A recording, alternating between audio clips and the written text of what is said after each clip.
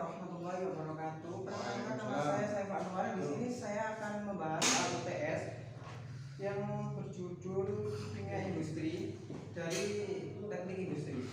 Soal yang pertama yaitu bagaimana prinsip kerja proses destilasi di suatu industri kimia. Apa saja yang menggunakan prinsip destilasi? Destilasi cara pemisahan antara zat cair terhadap campuran menurut perbedaan titik di didih ataupun kemampuan zat untuk menguap.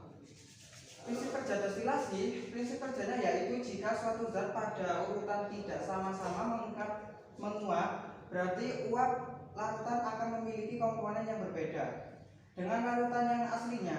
Apabila salah satu dari zat menguap, berarti pemisahannya akan terjadi secara sempurna. Namun apabila kedua zat tersebut menguap, maka proses pemisahannya hanya terjadi secara sebagian. Namun destilat ataupun produk akan mempunyai kaya dari komponen dibandingkan larutan yang aslinya. Contohnya industri kimia yang menggunakan prinsip destilasi. Yang pertama, Pertamina, pengolahan minyak bumi menjadi bensin, solar, diesel, dan lain-lain. Yang kedua, industri gula, pengolahan tebu menjadi gula memanfaatkan destilasi untuk menguap molekul air. Yang ketiga, industri garam, manfaatkan destilasi untuk menguap air larut menjadi kristal. Baik, untuk soal yang nomor 2, sebagian besar industri kimia menggunakan katalis dalam proses produksinya. Jelaskan bagaimana peran terhadap katalis dalam proses produksi serta pengaruhnya terhadap efisiensi industri. Dalam bidang industri, katalis digunakan untuk mempercepat reaksi kimia tanpa harus menaikkan suhu ataupun menggunakan kesetimbangan kimia. Penggunaan katalis dapat memproduksi gaya produksi dan juga menghemat energi. Dalam bidang industri, katalis digunakan dalam pembuatan asam sulfat dan juga amonia. Pembentukan asam sulfat berupa reaksi kimia yang berlangsung sangat lambat sehingga digunakan katalis vanadium oksida (silika) untuk mempercepatnya. Soal yang nomor 3, jelaskan prinsip dasar absorpsi pada industri kimia yang melibatkan proses absorpsi.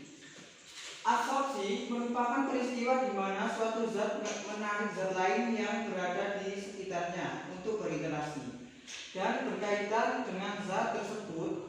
Proses absorpsi ini dapat terjadi antara zat yang berada dalam satu fase seperti padat dengan padat atau zat yang berbeda fase, misalnya padat dengan cair.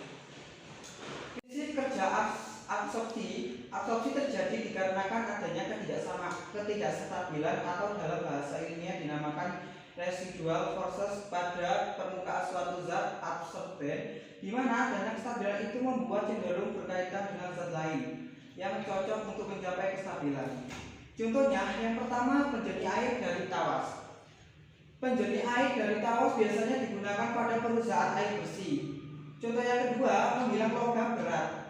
Absorpsi ini juga dikembangkan untuk mengatasi masalah pencemaran pada air limbah industri yang mengandung logam berat serta mempunyai potensi bahaya di dalam mencemari lingkungan. Untuk soal yang nomor 4, apa yang dimaksud dengan reaksi sulfonifikasi pada pembuatan sabun?